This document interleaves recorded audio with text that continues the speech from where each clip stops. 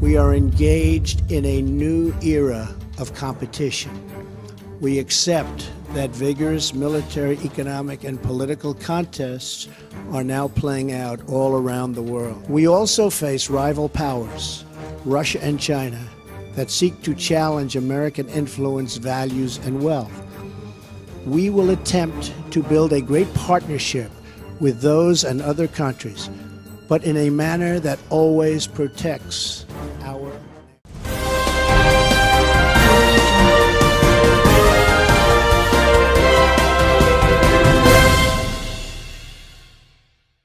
Sailed near a disputed island in the South China Sea. Now, China claims these waters. The U.S. disagrees, and this comes just hours, of course, before President Trump speaks with the leader of China, Lieutenant Colonel Rick Francona, joining us now. He's a CNN military analyst.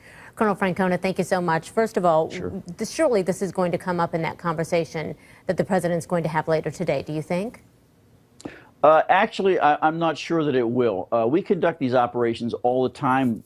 We try to make them fairly routine. Anytime there is a claim that we don't recognize, we generally send either aircraft or Navy warships into that area. But we are very scrupulous about maintaining the proper, international protocols. We don't sail into waters that we don't recognize. So we're just telling the rest of the world, we're telling the Chinese that we don't recognize your claim to these waters, and we're going to demonstrate our right to be there. Not only our right, but anybody's right to be there.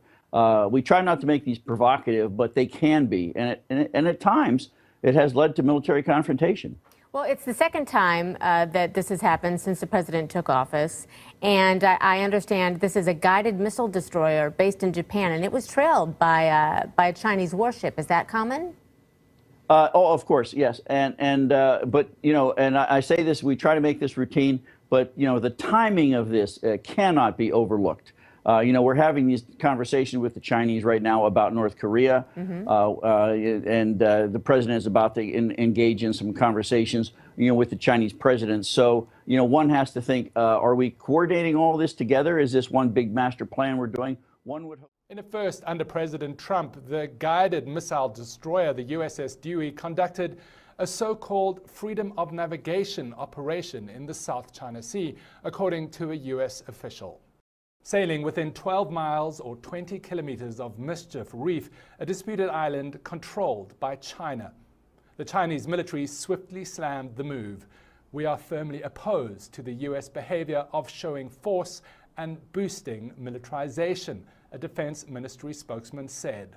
He added that the Chinese warned off the U.S. destroyer with 2 Chinese missile frigates. Earlier this year, CNN reported that the Pentagon turned down similar operational requests in an effort to ease U.S.-China relations. China has been steadily converting uninhabited reefs into military installations in the South China Sea, territory claimed by several nations. What China has achieved in the South China Sea is permanent. What we want to be able to do with this expanding and burgeoning Chinese military is to learn to cooperate, not necessarily compete with the Chinese. But this action near the disputed islands could be heartening to U.S. allies in the region that have long been wary of China's military rise. Massive military parade in Beijing today delivered a very clear message far away to America. On grand display in the Chinese capital, new weapons, which U.S. officials believe are designed specifically to target U.S. military assets. A new ballistic missile with the range to strike the U.S. naval base at Guam, earning it the nickname the Guam Killer. A new anti-ship ballistic missile, which analysts call the Carrier Killer, unveiled today for the first time. And high above, a flyover by China's new J-15 fighter, soon to be deployed on China's own new aircraft carrier, its first. All this today watched not just by China's elite, but Russian President Vladimir Putin. The Pentagon brushed off the show of force. People know the strength of the United States, the strength of our military, and I think it's safe to say that we don't need to display it at parades necessarily for people to understand what the United States is capable of. Still, as President Obama gets ready to welcome the Chinese president to Washington for a full state visit later this month, China is increasingly flexing its military muscle far from its shores. Chinese Navy ships entered waters off Alaska for the first time this week. At the same time, President Obama was visiting. And China continues to militarize man-made islands in the South China Sea, waters the U.S. considers international. We came face-to-face with the Chinese military there on board a U.S. surveillance aircraft this May. This is the Chinese Navy. This is the Chinese Navy. Please go away quickly. China's Navy is going to be operating increasingly as a blue water navy around the world, and the United States is just going to have to get used to it. Though today's ceremony did not mention the U.S., a Chinese company produced this video showing a Chinese attack on forces very much resembling American ones, with an overwhelming Chinese victory. In the South China Sea. China's seizure last month of a U.S. Navy underwater drone, which it eventually returned, is considered a sign of what's to come from a more assertive Beijing government. And China continues to fortify its artificial islands. Trump's Secretary of State nominee Rex Tillerson voiced a much tougher tone with China. The island building in the South China Sea itself, in many respects, in my view, building islands and then putting military assets on those islands is akin to Russia's taking of Crimea. What Trump does in response to an aggressive China could bring increased tensions. Just the fact that the U.S. will continue to accelerate freedom of navigation operations, and then you have the number of Chinese ships, including the maritime militia, which are basically disguised as fishing boats, the likelihood of some sort of confrontation, flare-up, remains.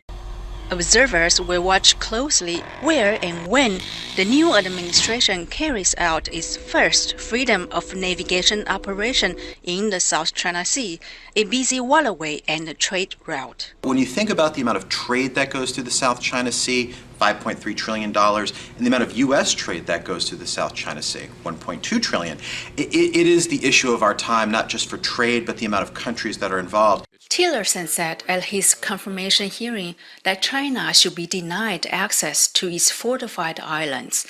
But regional experts say it is too late to reverse China's build-up in the region. They say the best that can be achieved is to defend the right to freedom of navigation under international law. Nike Chin, VOA News, the State Department. China is up in arms after a U.S. Navy warship sailed near an artificial island built by China in the South China Sea. The operation near Mischief Reef on Thursday was the first freedom of navigation exercise under the Trump administration. With more on this and other news from around the world, we turn to Adam. So Adam, nearly all territories in the South China Sea are claimed by China, as we know well, and this includes reefs and islands also claimed by a great many other nations. Beijing is very unhappy about the presence of U.S. vessels in the area, but Washington insists its navy can sail in any international waters. That's right, Mark. China's foreign ministry condemned the USS Dewey for entering its waters without permission. But as you mentioned, the US says it's free to send ships near the region as it does not see these artificial islands as warranting territorial sovereignty. The US Navy has previously sent ships and planes near the disputed territory to signal to China that it intends to keep critical sea lanes open. However, Beijing's foreign ministry said the vessel was trespassing and has been warned to leave, adding it was undermining China's sovereignty and security interests. The Chinese Navy identified the relevant U.S. Navy vessel in accordance with the law and warned it to leave. The relevant actions taken by the U.S. vessel undermine China's sovereignty and security interests and are very likely to cause an expected sea and air accident.